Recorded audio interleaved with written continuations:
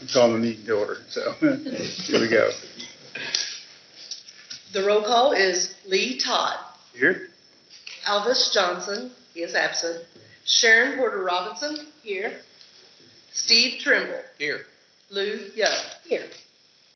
We will begin with the first item for discussion about the minimum specifications for school buses, which is about that thick. It is. There's a lot that goes into getting kids to and from school on a school bus, isn't there? And, you know, the red line version was almost all red until you, anyway. They're very meticulous. Yeah. Thank you very much. First, I'd like to do some introductions. You all know Che Ritter to my immediate right. Che's appeared before you before. But I'd like to introduce Alyssa Hanley. Alyssa is our branch manager in pupil transportation. And I'm going to brag on her for just a minute. She knows all things bus. She knows all things buses and all things related to safety of transport of our students. Safety is always a top priority for her and her team. They do a wonderful job as far as training and supporting our local school districts, our students, our pupil transportation directors, and our bus drivers.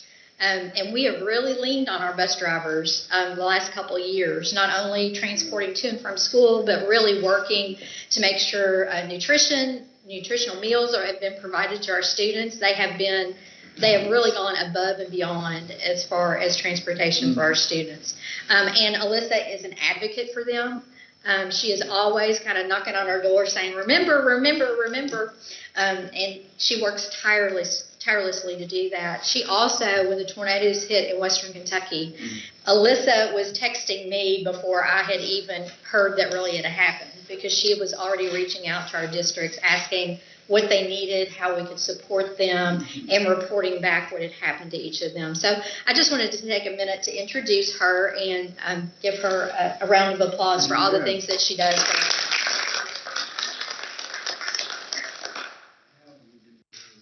I've been in this position for 8 years. And she is one of the first people that they call. They know her name. You know, it's sort of like the rock star. Everybody knows Alyssa, just by first name.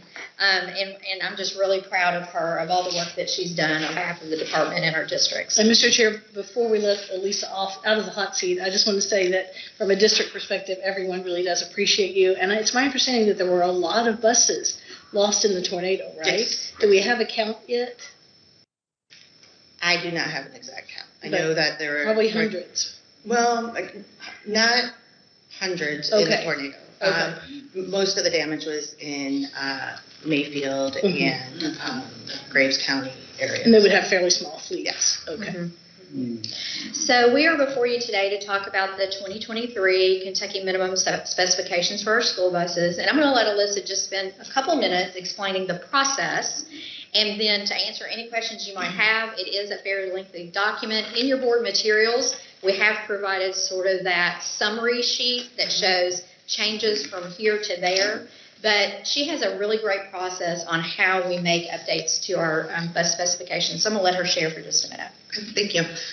So each year we update the specifications by inviting superintendents, driver trainers, directors, and the technicians and engineers from the bus manufacturers to help us take a look at our specifications, where they're at today, and what we need to change for the following year. We have two committees. We have a technical committee and a safety committee. The safety committee is typically the school bus driver, the driver trainer, the director, that tells us what's going on now. We work, a lot of the ergonomics and working around what they run into while they're on the bus driving. And then the technical committee is the bus. It's like underneath of the bus, what do the technicians need? What is the EPA requiring? Things of that sort. And those are the things that we look at. And then once we're done with that, we provide the information to the dealers and tell them this is what our bus will be. We have the three engineers. We have three engineers from one from each of the bus manufacturers that we sell here in Kentucky to ensure that what we're asking for is doable. First and foremost, doable. And then we also ask about other states. What are other states doing about this problem? And that gives us a good way of ensuring that what we're putting on our buses isn't hindering the ability for it to be built. So this year, a couple of things that we did was we added the Bendix and Telepark brake valve, which is a button instead of having to pull or push for the parking brake, which will help with the workman comp issues. And I mean, for our drivers, just helping them and their shoulders and their elbows. We do pilots on items to see if they work here in Kentucky. One of those pilots was piloting an 84 passenger bus. And so we were able to change the capacity from 75 to 84, which the districts that can utilize it, it will help, adding more students to the bus for them, where they can lower the number of drivers in some cases. We also have an ongoing issue with fuel tanks rusting. It's something that we're working through, and we've been working through over the year. And so we have made a requirement for them to, on the newer buses, put rust and corrosion coverage on the whole tank versus just part of the tank. So we address an issue that, is ongoing and is a major issue for us. We also added new technology to the buses, the stock shifter. Instead of having the shifter that goes onto the right of the bus, it's now going to be, for some manufacturers, almost like the wiper, the windshield wiper. That's going to save space, but it's going to be closer to the driver, as well as just it's where the industry is going. So we have to move forward. And then lastly, something that we've heard for safety from our school districts, we have a lot of students with vision issues. And so we changed the step covering to have yellow, basically a yellow strip going up so that they can discern from the black step so they know where the steps are. So it's providing that better visibility. And so, again, we work through the issues that the districts are having to make our buses better. That's more than just the things I wouldn't thought of, some of those safety issues you're talking about. And, when we heard about the buses providing food during the pandemic, it was just one of those things that just seemed to be happening without a lot of thought on some people's behalf, but it was absolutely required. So, our drivers, they step up the second something is needed by the districts. I don't think they do an amazing job. You haven't gotten any pushback about any of the new specifications, anything that's causing any heartburn? No, and if for some reason, like right now we have a supply issue, everybody has a supply issue, so we'll work with the manufacturers, on anything. But our committee is built through, we have people from around the state, so we try and represent everyone. We have a superintendent who is able to speak with the superintendents and get their information. And the directors, we ask that anybody that has an idea or wants to bring something to the table, they can reach out to anyone on the committee or us. So there's an opportunity for everyone to give input, and then we build our agenda from there. I've heard there's some issues about getting buses in for this year. Have you heard anything on that? Or I haven't heard a whole lot. Buses are delivered in May. Now, what we will hear, like about a year or two ago, they just didn't have enough people to drive the buses from the dealership, or from the manufacturer to the dealership, from the dealership. So there is a personnel issue, but they are low on some parts. It takes 6 months to build a bus because they're all built to order. And so what we ask is if the districts are having an issue, let us know so we can find out what the issue is. We know sort of when they're supposed to be delivered, and we don't know that they are or not unless someone tells us. So I haven't heard a whole lot of heartache, but that doesn't mean that Carl hasn't heard it. But we do ask that they reach out to us if they're having issues. And this may be for another meeting, but Is there a short version update on where we are with electric buses and electric technology? Very short. We don't have any yet. We don't, the cost of them is $300,000. You know, you can, right, 1.5 to, or 1.5 to 2 times as much in some cases. So I work very closely with the environmental cabinet to any opportunities. We have some districts that are interested. So as soon as the opportunity for funding comes along, it's not just purchasing the bus, but they have to have the infrastructure, you know, and so. Mechanical. Right, right, exactly. So when those opportunities arise, you know, I see a lot of the funding coming down. We have the $500 billion that the White House is passing down for some of this stuff. And so we're carefully watching that. I send out to districts anytime they're talking about giving funding for school buses. Yeah. If I know about it, I send it out so that they are aware of it and they have a choice. You know, we're not going to push it on them. They're going to make that choice. So. Any other questions? I need a motion then that we go forward with this. Sharon gave me a head nod off. I would move approval. I will second. You a second? Any other questions? All in favor say aye. Aye. Thanks so much for the detail that you go through with this. Thank you, Alyssa. Your experiences. All right, our second agenda item is a waiver request from Trigg County School District related to 702 KR 4:180. Robin's going to take us through that. There's some issues with some of these waivers, given some legislation that's changed. Yeah, we actually have 4 waiver requests, one from Trigg County, come on up. And we have all these fine folks from the districts that are here to help us in case you have any questions.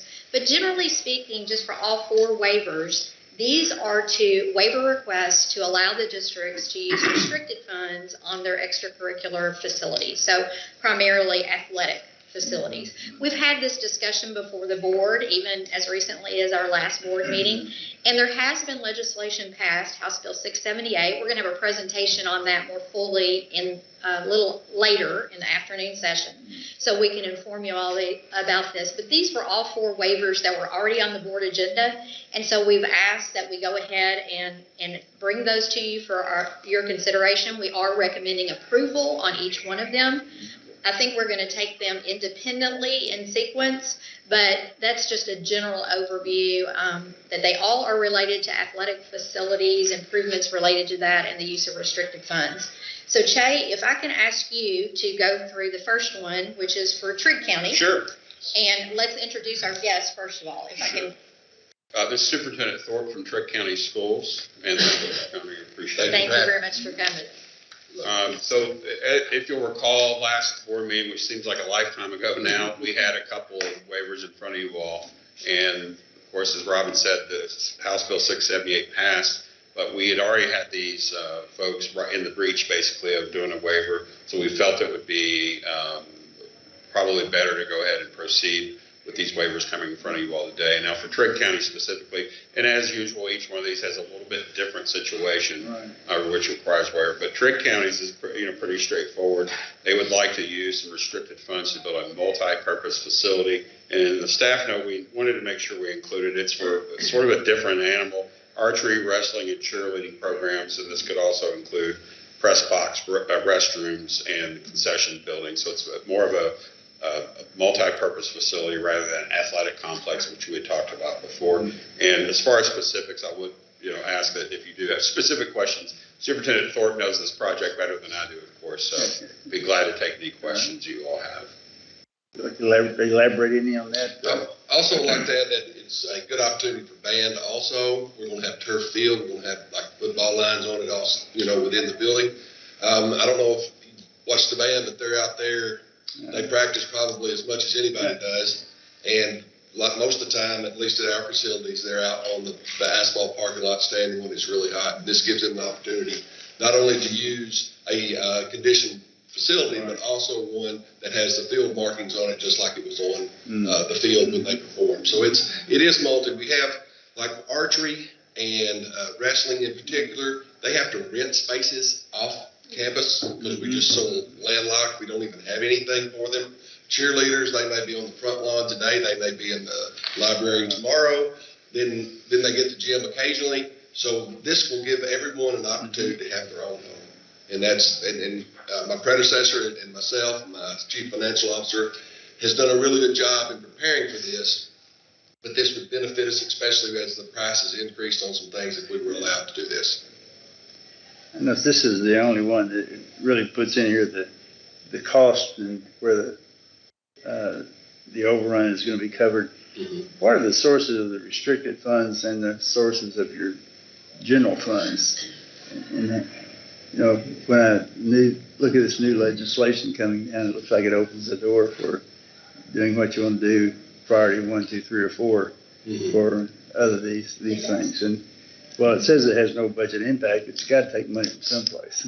There's not an infinite supply. It has no budget impact as far as the department's Right. budget, of course. Right. For the districts, and this will be for any districts going forward under House Bill 678 as well, that, any funds, you have basically two pots, generically, two pots of money at districts. The general fund, which they're going to get from seed funding plus local taxes. Right. And you're also going to have that, there's a chunk of that that's restricted for facilities. Mm-hmm. And under our previous before session guidelines, the restricted funds were only for what we effectively call school educational facilities, Right. no athletics, Right. et cetera. So what this essentially does is for any of these districts, money spent on these facilities, instead of being forced to go to a roof or an elementary school, which is listed somewhere else on their priorities, it will be going to, in this case, a multi-purpose building. So much akin to like our houses, if we say, well, this money's going to go to this project in my house, and you divert it, that's money spent elsewhere on your house, basically. So there is, I think, a decision to be made by every district's board Right. on this, in their local planning committee, and that's part of that process as they talk about what's our priority here, what's most important in our community.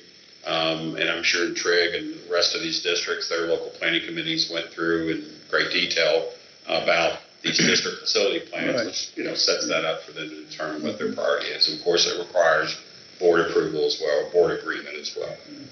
Is there any fundraising associated with these funds? I mean, No, there's not.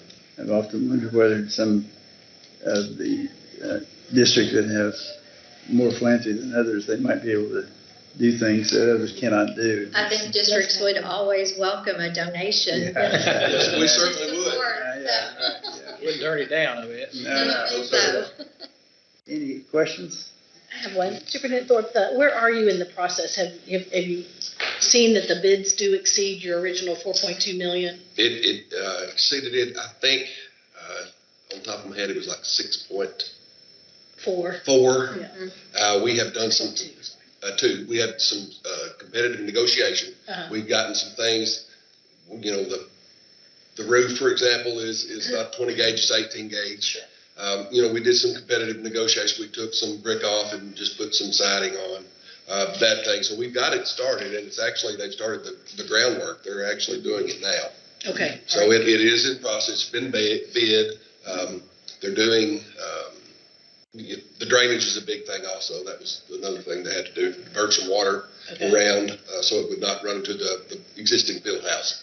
But right now, it's underway, and through competitive negotiation, we're going to move forward. So is the site there at the middle school, high school? Yes. Okay. Yes, right between the schools and the football field house. Okay. I know where that spot is. Any other questions? Can I get a motion then that we proceed with this waiver? So moved. All right. Second from you. Any other comments? If not, all in favor say aye. Aye. Thank you very Thank much. Good luck. Thank you very much. Enjoy. Yeah. I think the point that Superintendent Thorpe makes about the co-curricular nature of that work, that's something you guys have probably always wrestled with in terms of usage of these kinds of facilities. Sometimes just athletic facilities gets a bad connotation and shouldn't be. Yeah. Okay. The next item is a waiver request from Mercer County School District, and so is there someone here to present that case? And Jay, if you'll go ahead and get us Sure. started, please come to the So table. Mercer County, again, this is a little bit different, and pick his brain a little bit. I can't recall the year at which they built their high school, but I do remember the construction. I remember driving by there quite a few times. It's a really nice high school. I remember the traffic. But they could not get to, at the time, the associated athletic complex for that high school. And I'm sure today, when you look at the price versus what it was then, there's some regret there that they couldn't afford it then, of course. So this project, just to give you a really quick summary, field house, dugouts, concession stands, grading improvements to the brand practice fields, synthetic turf for football and soccer, tennis courts, and a baseball field. So this is a significant project for Mercer County. Of course, Superintendent Booher is with us today to talk about specifics if you have questions. Okay. Add some to that. Well, Your name? I was gonna say, I know about half of you, so I'm Jason Booher, the new superintendent at Mercer County. I've been there 9 months since last July, so All right. really enjoyed being there. But Mercer County, one thing I learned real quick was that they've got a lot of old buildings, and it happened through the merger and the recession. All that happened together back in '06 with Harrodsburg Independent. And when that happened, they could foresee, hey, we're merging 2 districts together, the independent school system and Mercer County together. A recession is coming on right after that. There was a lot of old buildings, old facilities, old school buses. So they said, hey, we foresee we need to have a second nickel, because we had one. We need to do a third nickel. So at that time, when they saw that, they did the second and the third nickel. Because they knew all these facilities were needed to come, but they didn't have the bonding capacity to build a new high school for 9 through 12. So they said, let's build it in phase. Phase 1's going to be, okay, all we can afford right now is going to be 10 through 12th grade. We'll disperse the freshmen, the elementary kids all over these old little school buildings. So they built the 10 through 12. At that time, they also built the softball field. Now when I say a softball field, I'm talking about minimum 2 dugouts, a backstop, and a home run fence. No bathrooms. And one thing I noticed when I took my first visit around Mercer County last summer when I was looking at this position, was that every athletic facility has orange porta potties as the bathrooms. There are no regular bathrooms, no sinks that you can wash your hands and so forth. So one of my goals is to get rid of every orange porta potty. Lot of them. Bright orange. But anyways, 6 years later, okay, they finally had enough bonding capacity to add the freshman wing to the new high school. So 6 years later, that's phase 2. They added enough to have 200 kids as freshmen.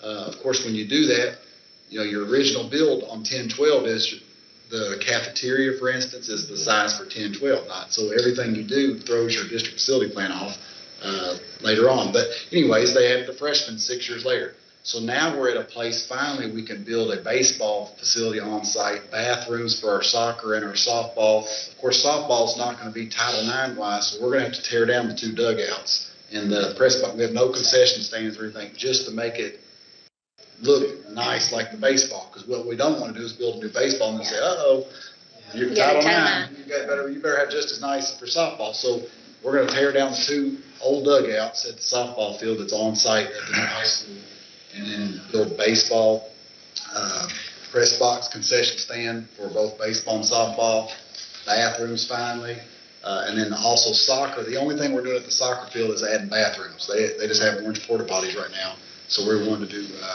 bathrooms there. Of course, now with new plumbing codes, I'm learning all this in my first year. You used to be able to build 3 stalls now, but now it's doubled. So now the price doubles, of course. Now you got to build 6 stalls instead of 3. So all these new codes are coming out where it's costing districts double the money. And then I heard you all ask the previous superintendent about cost. When we first 6 months ago started looking at plans for this, it was $3 million, and now we're up to $5.5 million. So it's almost doubled in 6 months. So we're also going to look at building a new elementary school, a large elementary school. That's on our district facility plan that you are asked to approve for 1,000 students, just so we can get the biggest bang for our buck and get something new for all of our young kids as well. So that's hopefully coming as well. But, you know, you asked about general fund, and Right. the nice thing about a double and triple nickel, it really helps your building fund. But what it does, it kills your general fund. And Mercer County took that step of having 3 nickels back in '06 with the assumption that they could build all their new schools, all their new athletic facilities under the old rules. And now here we are, and a year ago, now we're saying, well, we can't use restricted funds for athletic facilities. So we're kind of, our hands are tied. Yeah, we've got a nice triple nickel, but we can't use that currently because of the general fund is low for athletic facilities. So that, it kind of reversed on us what our plan initially back when we first did this. Tell me about the triple nickel, and I know the nickel tax that Dave Karen applauded people on. What is the triple nickel? Don't look at me, I teach. Well, I can I talk teach about the it. nickels, Sure, but I I'll don't talk quote about the it. nickels. So over time, General Assembly's written legislation. The one you hear a lot about now is the recallable nickel. You'll hear districts talk about Right. this because it's really the only active one that they can go after. Their boards can adopt. Going back in the early 2000s, there was a growth nickel, which impacted a lot of districts, and that was specific to districts that were growing pretty fast. Jessamine, Scott. Oakland, areas of the state, and over time that's changed quite a bit. But they were able to say, well, we're a growth district, we meet this criteria, we're going to be building like crazy, we need this additional tax to do so. There's even one for Hardin County because of a base realignment with Fort Knox. The General Assembly wrote some specific language for that. We had another one called Category 5, which was tied to the, quote, worst facilities in the state, trying to get those taken care of. But over time, they sort of morphed one nickel into another. And, you know, Mercer, I'm trying to remember which other nickel was besides the recall. Was it a growth nickel or? Yeah, so they had a growth spurt down there. Of course, too, with Harrodsburg merging years ago, I can't even remember what it was now, that adds a lot of students to an existing Mercer County infrastructure. So it might be a good idea at some point that we do sort of Nickel lesson. a nickel lesson with the board to, you know, things are changing a little bit in the world of facilities and really funding for schools overall. Yeah. The school funding task force that met last summer, and we expect that there will be more conversation on funding and how funding's going to work. So maybe we could do some kind of session. Yeah, I think it would with be the even an board. update on equalization. Yeah, That state, as yeah. I get lost in it all the time. I'd be happy to so. talk all day about nickels. All day. I'm gonna, with respect, I'm gonna try to move us along a little bit because I know Meredith is over there like wringing her little I know, hands right she's now. worried. She's thinking, oh my gosh, they're taking too long She's over there. worried. So, Make the motion to accept the waiver request from Mercer County Schools. Second. All in favor, say aye. okay, thank you so much. Thank Thank you you. for coming today. Okay, next up, Scott County? Chair, I'll go ahead if you want. Yeah, go ahead. So Scott County, again, a little bit different situation. They're going back a few years, they built Gray Crossing High School. And at the time, they used restricted funds to build the associated athletic complex there along with the high school. And now Superintendent Parker's got to build Scott County High School. And again, the rules have kind of changed midstream for them. So they want to obviously build the associated athletic fields for Scott County High School across town. So that's why this waiver's in front of you all today. Okay. I'm Billy Parker, Scott County Schools Superintendent. I was in a different position, facilities director at the time that we started the Great Crossing High School project. So I was able to be a part of that project, was able to work with Greg Dunbar and his team, and they worked us through how to navigate that and be able to include our athletic facilities for that project when that time came.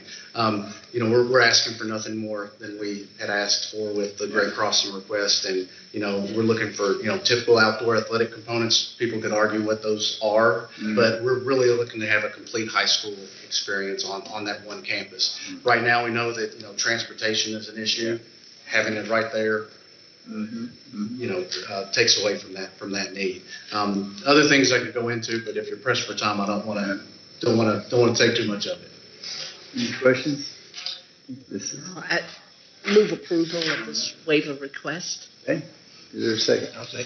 All right. Quick All in- discussion question. Yeah. So Jay, you mentioned it was different. Now, Mercer County seemed just like Washington to me. Right. Washington County that we've done last time. Uh-huh. So what was it specifically that was different here? That Scott County's, they The- did Great the new- Crossing under one set of rules. Okay. And they, of course, the new Scott County High School came a little late. Mercer was built, and that was a phase-in, much like Garrett and Okay, and this is Washington. part, because that new building hasn't been constructed. Right. Right. Okay, sorry. Right. Just want to make sure I understood the distinction. And I should add too, one just little factoid with Scott is I believe you told me the baseball field is actually owned by the county. Correct. And that Oh. creates a little bit of weird issues Yeah. about maintenance and being up to KHSSA standards. There's a lot of issues with that, so. Okay. And the price tag on this one, sorry. Well, so right now, we just now put out the new Scott County High School without the athletic components Okay. out to bid. We'll get bids back May 17th. So you're gonna do a separate bid package? Well, we would like to just roll this into our BG 1 Okay, for the project. okay. Any other questions? Not all in favor, say aye. Aye. Good luck to you. Thank you. Enjoy the day. Bullet, I guess, And is last next. is Bullitt County. So, Bullitt County, Superintendent Bacon's with us today. There's, again, this is a little bit different one too, that there's 3 high schools. And Bullitt County, I believe, is in pretty severe need of some renovations at the football stadiums. Of course, if you start work on one high school, it would behoove you to do the remainder. And I believe in the staff note, we point out that this is going to, they're going to accept out the synthetic turf because of the lifespan of it, but the remainder of the work would be bonded out. And again, Bullitt County is what we would call a nickel-heavy district. They've got quite a few nickels down there. So they've got quite a bit of money in their building fund, which gives them great bonding potential, but it does cause their general fund to suffer quite a bit down there too. So let Superintendent Bacon speak to that. Sure, and this is just a part of the overall scope of what we want to do moving forward. Right now, we're finishing up construction on a brand new elementary school that is scheduled to be completed either in the summer or early fall. And so this will be the next phase for us. And we're vacating one location, one building that's on the same campus as our largest high school in the district. And so the next phase for us will be renovation of that current facility that the elementary school houses now. And then also some additions to that building to connect the entire campus. And so we're looking at a visual arts wing to do some auditorium and some performing arts components as well. And then also restructuring the entire campus for better safety and flow. And so, again, the whole athletics piece, or extracurricular piece, is just a part of the overall project that we want to be able to do. But we have we have plenty of restricted cash that's available to us to bond. And so we would like to be able to utilize that and obviously have our general fund dollars to be able to address some of the other concerns that we have in regards to staffing and some of those other things that we want to accomplish with our current staff that we have and to increase the recruitment efforts from our district going forward too. Okay. So what would the draw on the restricted funds be for this project? We're meeting actually with architects next week to begin the design process, and so we'll have a better idea probably late summer, early fall, but we anticipate somewhere in the neighborhood of 40 to 50 million total for the entire project, which is about half of our bond capacity right now. Any other questions?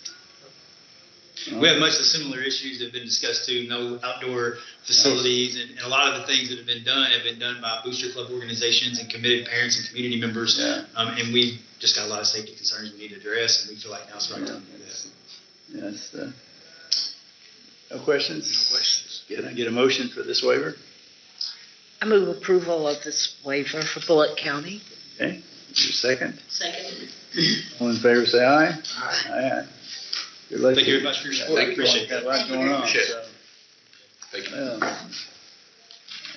well, it's a learning curve for me in some of this funding process and so forth, but It's fascinating though. It is. And House Bill 678, Sharon and I were just sidebarring, these won't come to us. no, I know it. We'll leave it up to the superintendents and the board, that LPC, they'll take care of that from now on, I think, or at least, is that just a 2-year thing, or is that a? It's a 2-year bill. Of course, the General Assembly could make that permanent after they see how it works Yeah. for 2 years, or they could revise it again. But we're gonna have a presentation for you on sort of the mechanics and how we think that it's gonna work in the future. We did have a chance to talk to superintendents. Che did a presentation with superintendents last week, and because it is effective right now. So it was signed under an emergency clause, so it's effective right now. So we'll start changing our processes a little bit to allow the districts to kind of move forward. We'll hear more about that then. Mhm. All right, that's interesting. So, anything else? Can I get a motion for adjournment and lunch? All right, all in favor, can get up and go. Thank you. Thank you all. Thank you all.